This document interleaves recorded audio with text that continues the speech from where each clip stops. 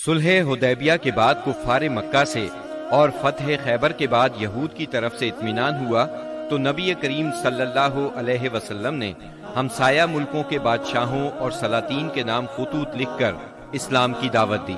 آپ نے روم کے بادشاہ قیصر، مصر کے شاہ مقوقس، شام کے غسانی بادشاہ حارث بن ابی شمر، یمامہ کے حاکم حوزہ اور عمان کے حاکم کے پاس اپنے سفیروں کے ذریعے سے دعوتی خطوط ارسال فرمائے۔ ان خطوط کی عبارت نہایت مختصر اور سادہ ہوتی تھی، مثلا بسم اللہ الرحمن الرحیم، یہ خط محمد بن عبداللہ کی طرف سے ہے جو اللہ کا بندہ اور رسول ہے، تمہیں دین اسلام کی طرف دعوت دیتا ہے۔ اگر تم نے انکار کیا تو تمہاری قوم بھی ہدایت سے محروم رہے گی، اس لیے قوم کی گمراہی کی ذمہ داری بھی تم پر ہوگی۔ نجاشی کا نام اسہمہ بن ابجر تھا۔ آپ نے اسے یہ خط لکھا، بسم اللہ الرحمن الرحیم، یہ خط ہے اللہ کے نبی صلی اللہ علیہ وسلم کی طرف سے نجاشی اسہمہ شاہ حبشہ کی طرف۔ اس شخص پر سلام ہو جو ہدایت کی پیروی کرے اور اللہ اور اس کے رسول پر ایمان لائے۔ میں شہادت دیتا ہوں کہ اللہ وحدہ لا شریک کے سوا کوئی عبادت کے لائق نہیں، اس نے کسی کو اپنی بیوی بنایا نہ لڑکا، اور میں اس کی بھی شہادت دیتا ہوں کہ محمد اس کا بندہ اور رسول ہے، اور میں تمہیں اسلام کی دعوت دیتا ہوں کیونکہ میں اس کا رسول ہوں، لہٰذا اسلام لے آؤ، سلامت رہو گے۔ اے اہل کتاب، ایک ایسی بات کی طرف آؤ جو ہمارے اور تمہارے درمیان برابر ہے، وہ یہ کہ ہم اللہ کے سوا کسی اور کی عبادت نہ کریں، اس کے ساتھ کسی کو شریک نہ ٹھہرائیں، اور ہم میں سے بعض کو اللہ کے سوا رب نہ بنائے۔ بس اگر وہ منہ موڑیں تو کہہ دو کہ گواہ رہو ہم مسلمان ہیں۔ اگر تم نے یہ دعوت قبول نہ کی تو تم پر اپنی قوم کے نصارہ کا گناہ ہوگا۔ یہ خط آپ نے سیدنا عمرو بن امیہ زمری رضی اللہ عنہ کے ہاتھ 6 ہجری کے اخیر یا 7 ہجری کے شروع میں روانہ کیا۔ نجاشی کو جب یہ خط ملا تو اس نے آنکھوں سے لگایا، تخت سے اتر آیا اور سیدنا جعفر رضی اللہ عنہ کے ہاتھ پر اسلام قبول کر لیا۔ نبی صلی اللہ علیہ وسلم کو اپنی بیعت کے متعلق خط لکھا اور ام المؤمنین ام حبیبہ بنت ابی سفیان رضی اللہ عنہا کی شادی نبی صلی اللہ علیہ وسلم سے کر دی اور انہیں اپنی طرف سے 400 دینار مہر دیا۔ پھر انہیں اور مہاجرین حبشہ کو عمرو بن امیہ زمری کے ساتھ 2 کشتیوں میں روانہ کیا۔ وہ انہیں لے کر اس وقت پہنچے جب خیبر فتح ہو چکا تھا اور آپ ابھی وہیں تھے۔ اس نجاشی نے رجب 9 ہجری میں وفات پائی۔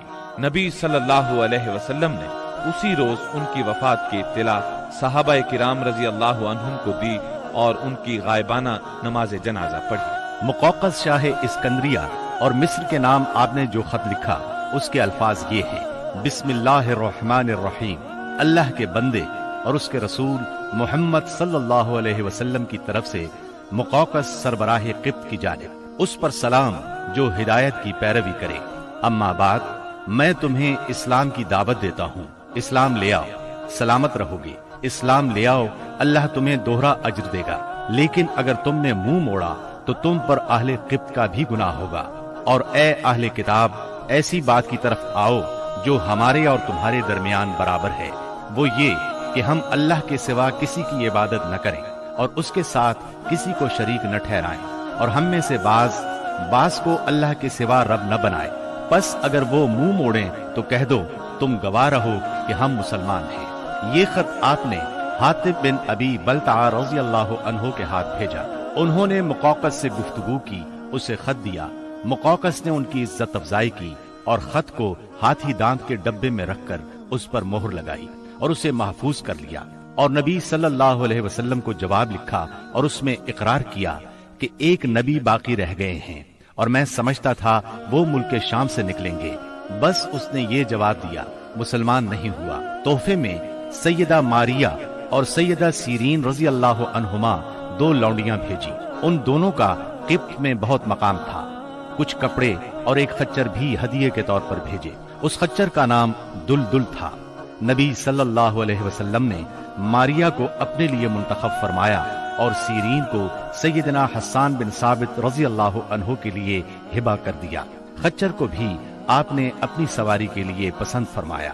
آپ نے ایک خط شاہ فارس خسرو پرویز کے نام لکھا۔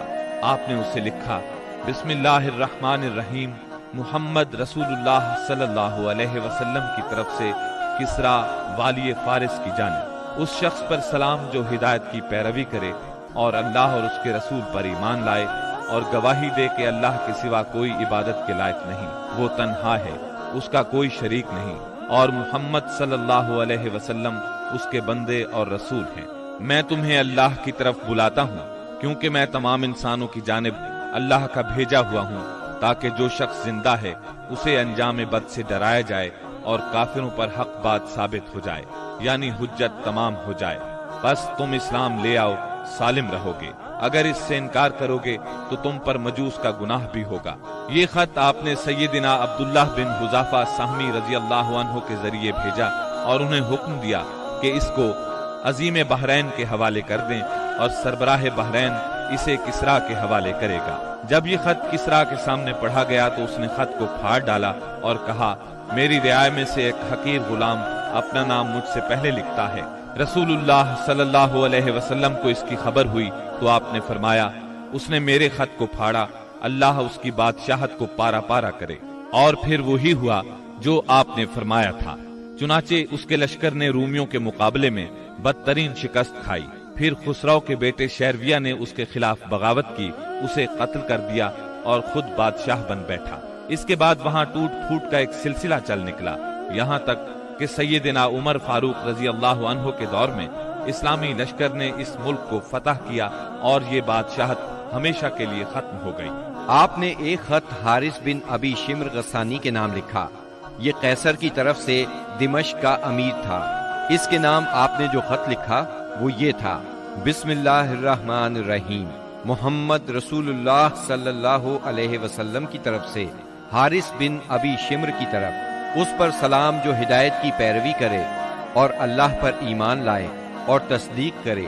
میں تجھے دعوت دیتا ہوں کہ اللہ وحدہ لا شریک پر ایمان لیا، تیرے لیے تیرا ملک باقی رہے گا۔ آپ نے یہ خط قبیلہ اسد بن خزیمہ سے تعلق رکھنے والے ایک صحابی شجاع بن وہب اسدی رضی اللہ عنہ کے ہاتھ بھیجا۔ حارث کو خط ملا، پڑھ کر بولا، کون ہے جو مجھ سے میرا ملک چھینے گا؟ اس کے بعد اس نے مسلمانوں سے جنگ کی تیاری شروع کر دی اور شجاع بن وہب اسدی رضی اللہ عنہ سے کہا، جو کچھ دیکھ رہے ہو اپنے صاحب کو اس کی خبر کر دینا۔ پھر اس نے قیصر سے جنگ کی اجازت چاہی، مگر قیصر نے اسے اس ارادے سے باز رکھا۔ تب اس نے شجاع بن وہب کو تحائف دے کر رخصت کیا اور رخصت کرتے وقت اچھا سلوک کیا۔ آپ نے ایک خط بصرہ کے امیر کے نام لکھا، اسے اسلام کی دعوت دی اور سیدنا حارث بن عمیر ازدی رضی اللہ عنہ کے ہاتھ روانہ فرمایا۔ سیدنا حارث جنوبی اردن کے علاقے بلقا کے ایک مقام موتا میں پہنچے تو شرابیل بن عمرو غسانی نے ان کا سامنا کیا اور انہیں شہید کر دیا۔ قاصدوں کے سلسلے میں یہ سب سے سخت ظالمانہ قدم تھا، ان کے سوا نبی صلی اللہ علیہ وسلم کا کوئی قاصد قتل نہیں کیا گیا۔ آپ نے اس پر سخت غم و غصے کا اظہار فرمایا اور یہی واقعہ بعد میں غزوہ موتا کا سبب بنا، اس کا ذکر آگے آئے گا۔